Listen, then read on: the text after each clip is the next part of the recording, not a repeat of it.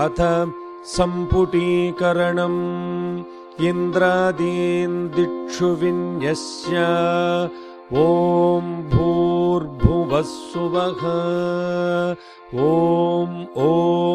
त्रातारमिन्द्रमवितारमिन्द्रगुं हवे हवे सुहवगुं शूरमिन्द्रम् हुवेनुशक्रं पुरुहूतमिन्द्रग स्वस्ति नो मघवाधात्विन्द्रः ॐ नमो भगवते रुद्राय ॐ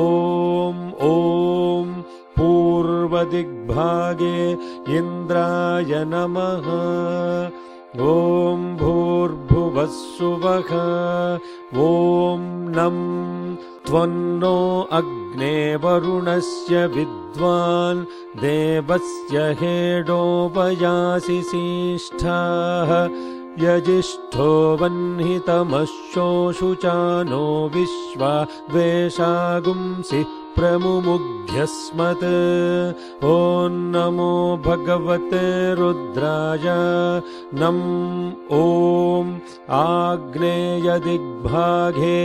अग्नये नमः ॐ भूर्भुवः सुवः ॐ सुगन्नः पन्धामभयं कृणोतु यस्मिन्नक्षत्रे यमयेति राजा यस्मिन्नेनमभ्यषिञ्चन्त देवाः तदस्य चित्रगुं हविषाय जाम ॐ नमो भगवते रुद्राय ॐ दक्षिणदिग्भागे यमाय नमः ॐ भूर्भुवः सुवः ॐ भं असुन्वन्तमयजमानमिच्छस्तेन स्येत्यान्तस्करस्यान्वेषी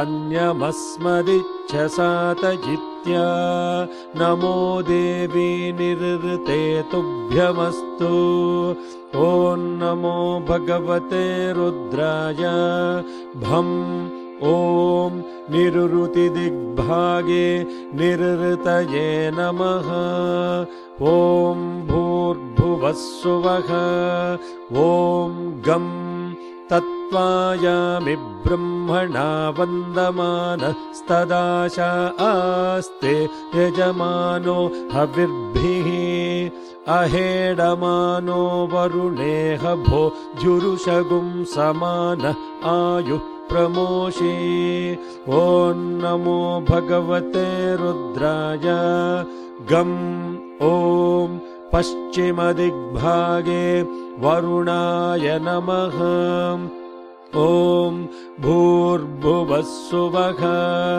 ॐ वं आनो नियुद्भिः शतिनीभिरध्वरम् सहस्रिणीभिरुपयाहि यज्ञम् वायो अस्मिन् हविषिमादयस्व यूयं पात स्वस्तिभिः सदा नः ॐ नमो भगवते रुद्राय ॐ वायव्यदिग्भागे वायवे नमः ॐ भूर्भुवः सुवः ॐ तें वयगुं सोमं व्रते तव मनस्तनूषु बिभ्रतः प्रजावन्तो असीमहि इन्द्राणी देवी सुभगा सुपत्नी ॐ नमो भगवते रुद्राय तें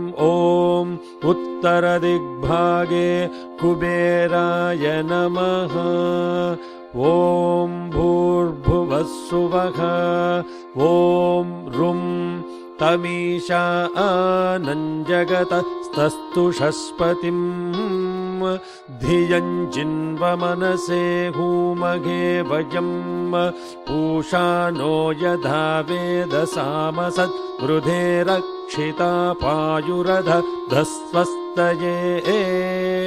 ॐ नमो भगवते रुद्राय रुं ॐ ईशान्यदिग्भागे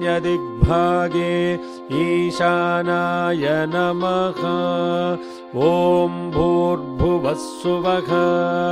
ॐ द्राम् अस्मे रुद्रामेघना पर्वतासो वृत्रखच्चे भरहूतो सजोषा आह। यश्चंसते स्तुवते धायि वज्रजिन्द्रज्येष्ठ अस्माम् अवन्तु देवाः। ॐ नमो भगवते रुद्राय। द्राम् ॐ ऊर्ध्वदिग्भागे आकाशाय नमः। ॐ भूर्भुवस्सुवः।